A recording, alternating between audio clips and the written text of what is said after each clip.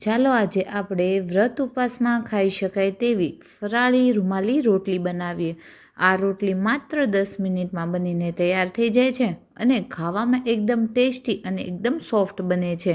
આ રોટલીને તમે એક વખત જો બનાવી લેશો ને એટલે આ શ્રાવણ મહિનામાં તમારા ઘરે ફરાળમાં આ જ રોટલી બનશે।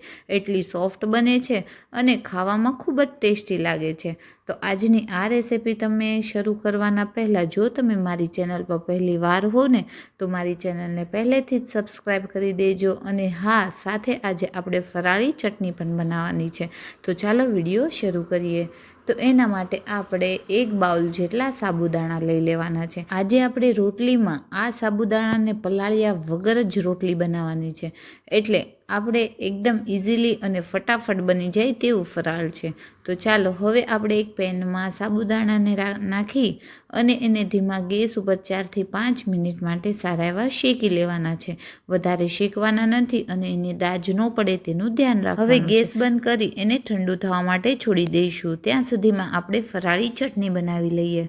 તો અહીં આપણે 1 મુઠ્ઠી જેટલા લીલા ધાણા લઈ લઈશું, અડધી મુઠ્ઠી જેટલા સિંગના દાણા લઈ લઈશું। જો તમારી પાસે અહીં શેકેલી શીંગ હોય તો તમે એને પણ નાખી શકો છો। હવે 2 થી 3 મરચી લઈ લીધી છે, 1 ઇંચ આદુનો ટુકડો લઈ લીધો છે। હવે આની અંદર થોડું એવું જીરું નાખી દઈશું અને સ્વાદ અનુસાર નમક નાખી દઈશું। હવે આ ચટણી ખાટી અને તીખી હોય તો ખાવામાં ખૂબ જ ટેસ્ટી લાગે છે એટલા માટે આપણે અડધું લીંબુનો રસ નાખી દેવાનો છે। જો તમને લીંબુ સૂટ ન થતું હોય તો તમે અહીં દહીંનો ઉપયોગ પણ કરી શકો છો। બધી ચટણીને સારી એવી ખાંડી લેવાની છે। ત્યારબાદ જો તમારે દહીંમાં બનાવવી હોય તો પછી 2 ચમચી આની અંદર દહીં નાખી અને બધી વસ્તુને સારી એવી મિક્સ કરી દેશો ને તો પણ ટેસ્ટી એવી ચટણી બની જશે। તો આપણે અહીં સારી એવી એને ખાંડી લીધી છે અને આ ટેક્ચરમાં આપણે ચટણી બનાવવાની છે। આ ચટણીને તમે અઠવાડિયા માટે સ્ટોર પણ કરી શકો છો। તો ત્યાં સુધીમાં આપણા સાબુદાણા પણ સારા એવા ઠંડા થઈ ગયા છે। ધ્યાન રાખવાનું છે કે સાબુદાણા ઠંડા થઈ જાય ત્યારબાદ જ તમારે આ સ્ટેપ કરવાનો છે। ઠંડા થઈ જશે પછી આનો પાવડર સારો એવો થશે। તો હવે આને આપણે ગ્રાઇન્ડિંગ જારમાં ક્રશ કરશું ને એટલે આ રીતનો એકદમ સારો એવો પાવડર થઈ જશે। હવે આ પાવડરને આપણે ચાળી લેવાનો છે। ચાળીને જ તમારે આની પ્રોસેસ કરવાની છે એટલે ચાળવું ખૂબ જ જરૂરી છે। તો આપણે સાબુદાણાને પાવડરને સારો એવો ચાળી લઈશું અને ફરીથી ઉપરથી જે સાબુદાણાના નાના નાના પીસ વધે એને આપણે ફરીથી ગ્રાઇન્ડિંગ જારમાં નાખી દઈશું અને ફરીથી એને આપણે ક્રશ કરી દઈશું। આને તમે 1 કિલો લોટ પણ બનાવીને ઘરે સ્ટોર કરીને રાખી શકો છો। હવે આપણે એક બાઉલમાં 1 ચમચા જેટલો આપણે સાબુદાણાનો પાવડર સાઈડ ઉપર રાખી દઈશું। હવે આપણે જેટલા સાબુદાણા લીધા છે ને એટલા જ બાફેલા બટેકા લઈ લેવાના છે। તો બાફેલા બટેકાની છાલ કાઢી અને મેં આ રીતના સારા એવા મેશ કરી દીધા છે। બંને માપ પરફેક્ટ રાખવાનું છે એ તમારે ધ્યાન રાખવાનું છે। હવે આપણે એની ઉપર લીલા ધાણા નાખી દઈશું અને આની અંદર આપણે મરચીની પેસ્ટ નાખવાની છે। જો તમારે આદુ મરચીની બંનેની પેસ્ટ નાખવી હોય તો પણ તમે નાખી શકો છો। હવે સ્વાદ અનુસાર નમક નાખી દઈશું। જો તમે જીરું નાખીને પણ આ રોટલી બનાવી શકો છો। હવે આપણે થોડું તેલ નાખી દઈશું અને લોટ બાંધી દઈશું। વધારે આમાં તમારે મસાલા નાખવા હોય તો મરીનો પાવડર એડ કરી શકો છો અને એકદમ સિમ્પલ બનાવી હોય તો ખાલી બટેકા બાફેલા અને સાબુદાણાનો પાવડર અને મીઠું નાખીને પણ એકદમ સિમ્પલ રોટલી તમે બનાવી શકો છો। તમારે ધ્યાન રાખવાનું છે અત્યારે આપણે પાણીનો ઉપયોગ નથી કર્યો, ખાલી બટેકાથી જ લોટ બાંધ્યો છે। પરફેક્ટ માપ હશે ને એટલે તમારી રોટલી એકદમ સોફ્ટ બનશે અને ખૂબ જ ટેસ્ટી લાગશે। એક વખત જો તમે આને ટ્રાય કરશો ને એટલે વારંવાર બનાવવાનું મન થઈ જશે। તો અહીં આપણો લોટ સારો એવો બંધાઈ ગયો છે। હવે આપણે તમે જોઈ શકો છો 3 થી 4 ચમચી જેટલું પાણી નાખ્યું છે। વધારે આમાં પાણીની જરૂર નહીં પડે। હવે આપણે ઉપરથી જો આ રીતે હોલ પાડી દેવાના છે। હોલ સારા એવા પડી જાય ત્યારબાદ એને આપણે હોલ પાણીથી ભરી દેવાના છે। એટલે અહીં આપણે સાબુદાણાનો પાવડર એટલે કે લોટ લીધો છે એટલા માટે આપણે થોડું પાણી નાખી દેવાનું છે અને ઢાંકીને એને 10 થી 15 મિનિટ માટે રેસ્ટ પર છોડી દેવાનું છે।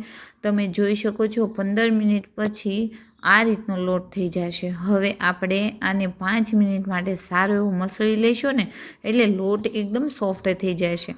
ધ્યાન રાખવાનું છે, એકદમ કડક લોટ નથી રાખવાનો. જે રીતે આપણે રોટલી વણીએ છીએ, આપણે ઘઉંના રોટલીનો લોટ બાંધીએ છીએ ને તે જ રીતે લોટ સોફ્ટ રાખવાનો છે. તો ચાલો હવે એમાંથી આપણે એક રોટલીનો લુયો થાય એટલો લોટ લઈ લઈશું અને એકદમ સારો એવો ગોળ રાઉન્ડમાં એનો લુયો બનાવી દઈશું.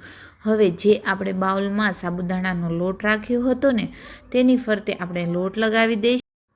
આ રીતે કરવાથી તમારે રોટલીમાં તેલ પણ નહીં લગાવવું પડે અને પ્લાસ્ટિકમાં રાખીને પણ વણવી નહીં પડે.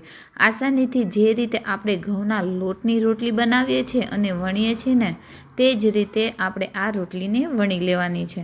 તો તમે જોઈ શકો છો કે કેટલી સરળ રીતે આપણી રોટલી વણાઈ રહી છે. તો તમે ઘણા પ્રકારના ફરાળ તો બનાવ્યા હશે પણ એમાં થોડી ઘણી વાર તો લાગે જ છે. પણ આ એક એવું ફરાળ છે કે આપણે માત્ર 10 મિનિટમાં બનાવીને તૈયાર કરી દઈએ એવું ફરાળ છે.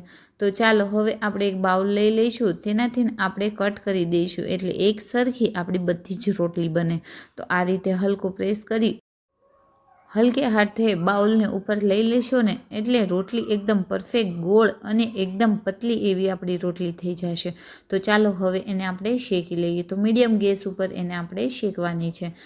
તો ફ્રેન્ડ્સ, તમે મારો વિડીયો કઈ સિટીમાંથી જોઈ રહ્યા છો અને તમને મારી રેસિપી કેવી લાગી રહી છે તે કમેન્ટ કરીને મને જરૂરથી જણાવજો અને ચોક્કસથી તમારી સિટી અને તમારું નામ મને જણાવજો અને વિડીયો ગમે તો એક લાઈક ચોક્કસથી કરજો. તો ફ્રેન્ડ્સ, અહીંયા આપણે રોટલીને સારી એવી શેકી લેવાની છે, રૂમાલથી દબાવતી જવાની છે અને શેકતી જવાની છે. તો તમે જોઈ શકો છો ફૂલીને દડા જેવી રોટલી આપણી થઈ ગઈ છે. તો આ જ રીતે આપણે બધી જ રોટલીને બનાવીને તૈયાર કરી દેવાની છે. તો ગરમા ગરમ જ આને આપણે સર્વ કરી દઈશું. તો છે ને એકદમ માખણ જેવી પોચી રોટલી. તો ચોક્કસથી આ શ્રાવણ મહિનામાં કે વ્રત ઉપવાસ તમે કરતા હો ને તો એક વખત આ ફરાળી રોટલી ટ્રાય કરજો અને મને કમેન્ટમાં જણાવજો કે આજની મારી આ રેસીપી તમને કેવી લાગી છે.